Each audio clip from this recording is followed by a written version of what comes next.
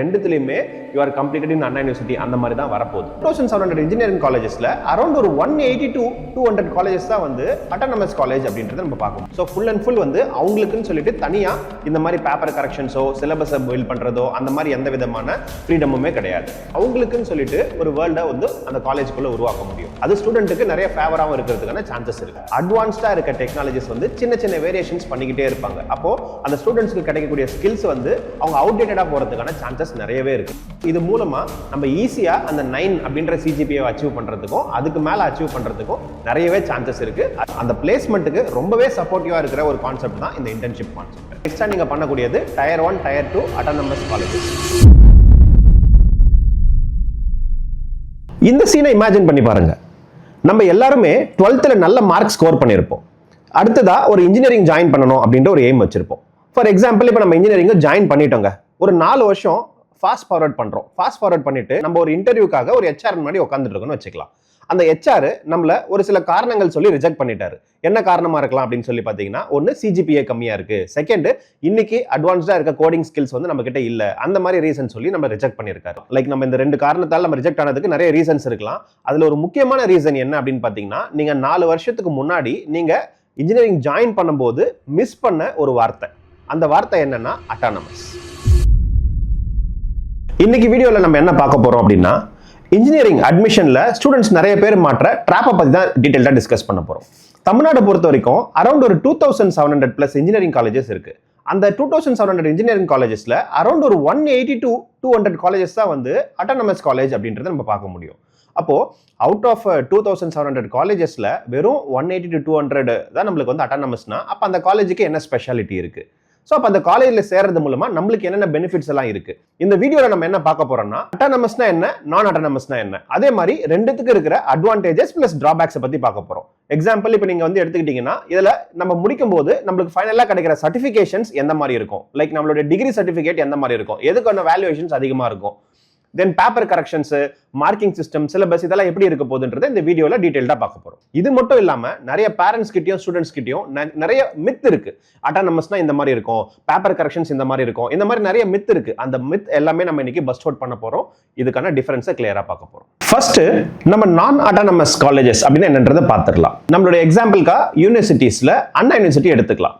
இப்போ காலேஜஸ் அண்ணா யூனிவர்சிட்டி கீழே இருக்க காலேஜஸ் எல்லாம் பார்த்தீங்கன்னா வந்து ஸ்ட்ரிக்ட்லி அண்ணா யூனிவர்சிட்டி சொல்ற சிலபஸ் தான் ஃபாலோ பண்ணணும், அவங்க சொல்ற எக்ஸாம் பேட்டர்ன்ஸ் தான் ஃபாலோ பண்ணணும், அவங்க சொல்ற பேஸ் பண்ணி தான் நம்மளுடைய பேப்பர் கரெக்ஷன்ஸ் எல்லாமே இருக்க போகுது. ஸோ ஃபுல் அண்ட் ஃபுல் வந்து அவங்களுக்குன்னு சொல்லிட்டு தனியா இந்த மாதிரி பேப்பர் கரெக்ஷன்ஸோ சிலபஸை பில்ட் பண்றதோ அந்த மாதிரி எந்த விதமான ஃப்ரீடமுமே கிடையாது. ஆனா அட்டானமஸ் காலேஜ் அப்படின்னு எடுத்துக்கிட்டீங்கன்னா, அவங்களுக்கு வந்து சும்மா அட்டானமஸ் அப்படின்னு சொல்லிட்டு அவங்களுக்கான வேலிடேஷன் கொடுக்க போறது கிடையாது. ஸோ ஃபர்ஸ்ட் ஆஃப் ஆல் அந்த காலேஜ் ஒரு காலேஜ் அட்டானமஸ் வாங்க போகுது இல்ல அட்டானமஸா ஆக போகுது அப்படின்னா, பிஃபோர் தட் அவங்க வந்து மினிமம் ஆஃப் 10 years பிளஸ் வந்து அந்த காலேஜ் வந்து ரன் ஆயிருக்கணும்.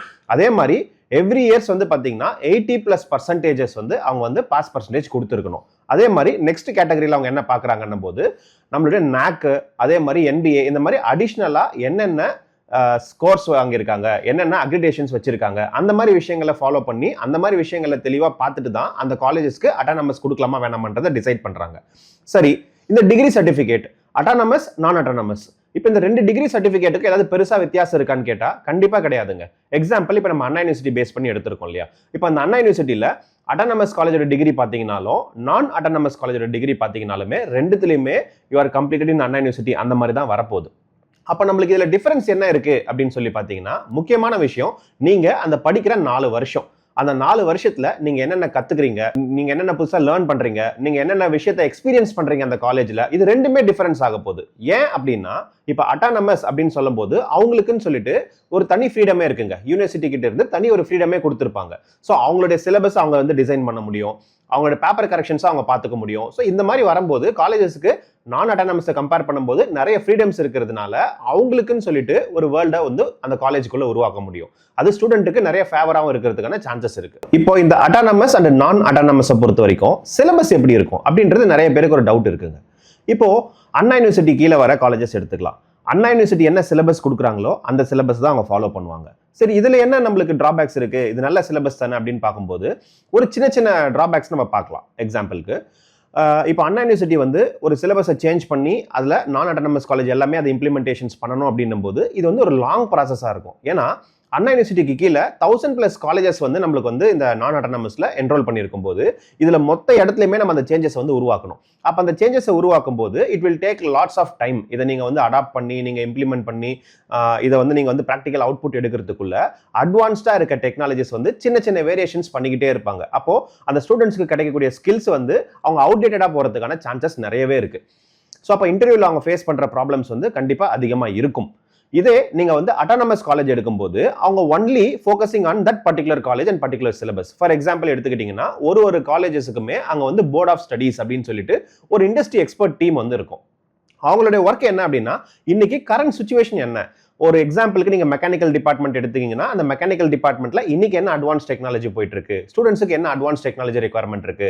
ஒரு எலக்ட்ரிக்கல் எடுத்துட்டீங்கன்னா அதுல என்ன அட்வான்ஸ் ரெக்யர்மெண்ட் இருக்கு. ஐடி அதே மாதிரி நம்மளுடைய ஐடி ஏஐ இதை சம்பந்தமா இருக்கிற அட்வான்ஸ் கோடிங்ஸ் என்ன லாங்குவேஜ் போயிட்டு இருக்கு, இல்ல நீங்க வந்து அட்வான்ஸான ப்ரோக்ராமிங்ஸ் ஏதாவது கத்துக்கணுமா, இந்த மாதிரி எல்லாத்தையுமே அனலைஸ் பண்ணி அதை ஈவன் ஃபர்ஸ்ட் இயர் செகண்ட் இயர்ல இருந்தே அந்த ஸ்டூடெண்ட்ஸுக்கு கரிக்குலம்ல ஆட் பண்றதுக்கான சான்சஸ் நிறையவே இருக்கு. இது மூலமா நம்ம கம்பேரிட்டிவா பார்க்கும்போது அட்டானமஸ் காலேஜஸ்ல இண்டஸ்ட்ரி பேஸ்டு ஸ்டடிஸ் நம்ம கொண்டு போறோம். அதாவது வெறும் டெக்ஸ்ட் புக் மட்டும் கொண்டு போகாம the gap between the industry and the ஸ்டூடெண்ட்டை ஃபில் பண்றதுக்கான ஒரு நல்ல பிளேஸா நம்மளுடைய அட்டானமஸ் காலேஜஸ் இருக்கு.